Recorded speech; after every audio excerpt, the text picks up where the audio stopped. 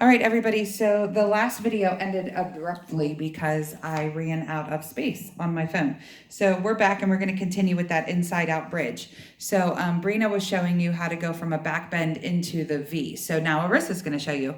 So whenever you're in your back bend, either way is fine. Whenever you're in your back bend, and you can see Arissa in the mirror too, whenever you flip to the V, you want your hands and your feet to go at the same time and leave the foot on the floor in the same spot it is, the one you don't move. So go ahead and flip whichever way you want to go, Arissa. And everybody can pick their own direction that they want to go.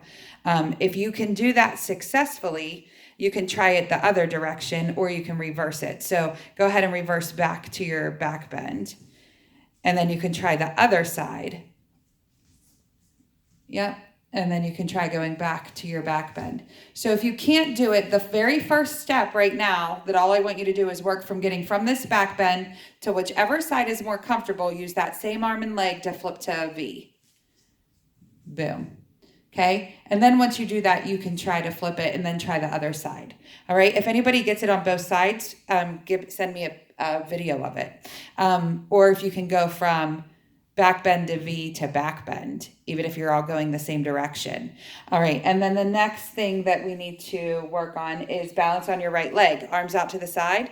Nice passe. Make sure your toe is to your knee. Your thigh should be flat like a table. And then you're going to hop 10 times. Ready? And 1, 2, 3, 4, 5, 6, 7, 8, 9, 10. Relax. And then you do your other leg. Toe to knee. 1, 2, 3, 4, 5, 6, 7, 8, 9, 10. All right, so that's a good balancing and strengthening exercise that everybody should be able to do. So you want to do that, and I would even do it a few more times, honestly. All right, and then we're going to do log rolls. So for a log roll, Arissa, scoot a little closer. You could do it that way, but just scoot a little closer to the mirror. Because I have the camera turned this way now, so it's making it wider, but not as close to, it doesn't get this part of the floor anymore. All right, so you're going to start on your belly, and Arissa's going to roll towards the mirror. So you're going to start in the biggest Superman position you can get in, and then you want to flip without your feet and hands touching the floor and hit a V-sit. And then from the V-sit, you want to continue to roll the same direction and go back into Superman. So don't let your feet or hands hit. Keep your hands above your head. And then you roll again and try to get to that V-sit without falling out of it, and then another one. And you can do these both directions. So if you made it to the end of the floor, let's do it back the other way. So you're going to flip to V and then flip to Superman. Don't let your head, shoulders, or calves hit the floor. And flip, and flip, and flip. All right, shake that out a little bit, and let's do it one more time. Ready, everybody at home? So up in Superman and flip to a V, boom. And flip to a Superman, boom.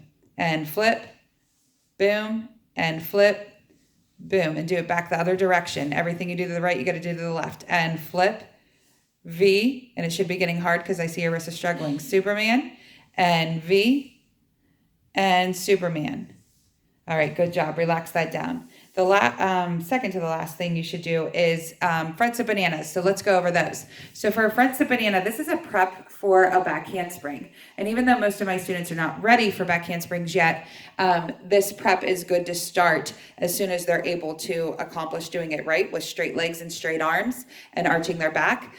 Because then whenever we work on back handsprings, it will be much easier to accomplish. So we're going to start with our arms in front of us, pulled up nice and straight with our legs together, our ankles squeezed, chin lifted, belly button tight against the spine.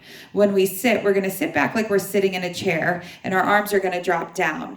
You don't want your chest to drop forward. Show them the bad way, Arissa. Lean forward. Don't do that. All right? You want to keep your chest as high as you can, like if you were going to sit down in a chair. And Arissa's having a hard time holding this because if you sit back far enough, you should want to fall backwards, and then that's when you jump. Hey, go ahead, Arissa, into a banana. Okay, so the banana is a nice curved position. You want your arms straight, your hips push forward. You look up to the sky and your feet are pointed. So start with your arms in front and sit and banana. Push those hips. Make sure you're looking up and your legs are together. Arms in front and sit and banana. Good, do it again. Arms in front and sit and banana. And now we're going to do the sit part a little bit faster. Arms in front and sit banana. So if you sit quick, you should be able to sit a little further back than what you would if you did it slow. Whenever you do it faster, you can sit and then snap right back up. So arms in front and sit and go. Good. Can you do it facing us one time, Marissa?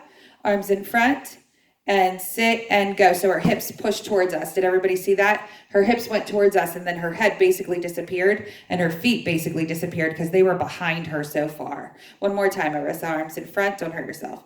And sit and banana. See how far that is? So she could squeeze her legs together a little tighter. You guys remember that at home. All right, so front sit bananas. You guys should do 10 of those every day. As long as they're good and straight. Make sure somebody's watching you till you get really good technique. Your moms and dads can tell you, or grandmas or aunts and uncles. So the last thing we're going to do today is on the edge of our couch, especially if you have somebody to hold your ankles down. If you don't have somebody to hold your ankles down, see if you can tuck them under the end of a chair. Now, if you can't do it hanging off a couch, you can do it on the floor, and I'll have Miss Arissa show you that after, because you can put your feet under the edge of a couch or a chair. But you're going to start with your hands behind your head and your elbows out to the side and your nose down on the floor, or as close to the floor as you can get it to the edge of the couch. And then you're going to lift as high as you can, and that's going to work your back muscles. So we're going to do 10 of those. Ready?